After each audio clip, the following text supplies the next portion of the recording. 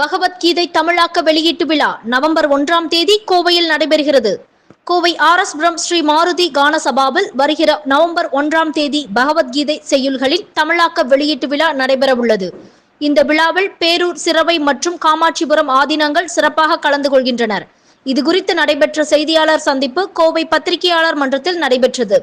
அப்போது பேசிய சின்மயா மிஷன் சுவாமி அனுகூலானந்தா அவர்கள் தெரிவித்ததாவது, சின்மயா மிஷன் 1951 ஸ்டார்ட் பண்ணி 2026 2026 வந்து 75 வருடங்கள் அவங்களுடைய சேவை பணிகள் நடத்திட்டு இருக்காங்க. இந்த சேவையில் மூலமாக பகவத்கீதை வந்து எல்லா மக்களுக்கும் போய் சேரணும் அப்படின்னு சொல்லி சுவாமி சின்மயானந்தி வந்து பணி பண்ணார். ஸோ இந்த வருடம் தமிழ் மக்களுக்கும் இந்த பகவத்கீதை ரொம்ப எளிதாக போய் சேரணும் அப்படின்னு காரணத்துக்காக பகவத்கீதையுடைய எல்லா 700 ஸ்லோகங்களும் வந்து நாங்கள் மொழிபெயர்ப்பு பண்ணியிருக்கோம் தமிழில். ஸோ இப்போ தமிழ் மக்கள் வந்து பகவத்கீதையை எப்படி சம்ஸ்கிருதம் தெரிஞ்சவர்கள் அது புரிய முடியுமோ அதே மாதிரி தமிழ் மக்கள் வந்து தமிழ்லேயே வந்து இந்த பகவத்கீதை வந்து படிக்கிறதுக்காக வாய்ப்புகள் உருவாக்கி இருக்கோம்.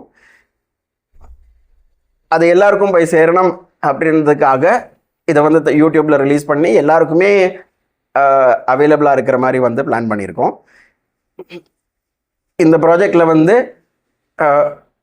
பத்மவிபூஷன் இளையராஜா சாரும் வந்து இணைந்து 700 பாடல்லேருந்து ஒரு 120 பாடல்களை செலக்ட் பண்ணி அதில் வந்து மியூசிக் அமைச்சிருக்கிறாரு.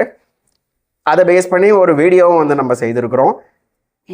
மாண்புமிகு பிரதம மந்திரி நரேந்திர மோடிஜி இந்த பகவத்கீதையை வந்து கங்கை கொண்ட சோழபுரம் ஈவெண்ட்டில் வந்து தமிழ் மக்களுக்கு சமர்ப்பித்தார்.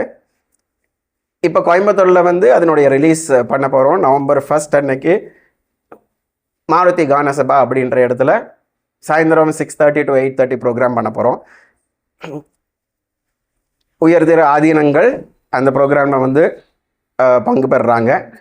கோயம்புத்தூரில் முக்கியமான மக்களும் அந்த ப்ரோக்ராம் வந்து பார்ட்டிசிபேட் பண்ணுவாங்க.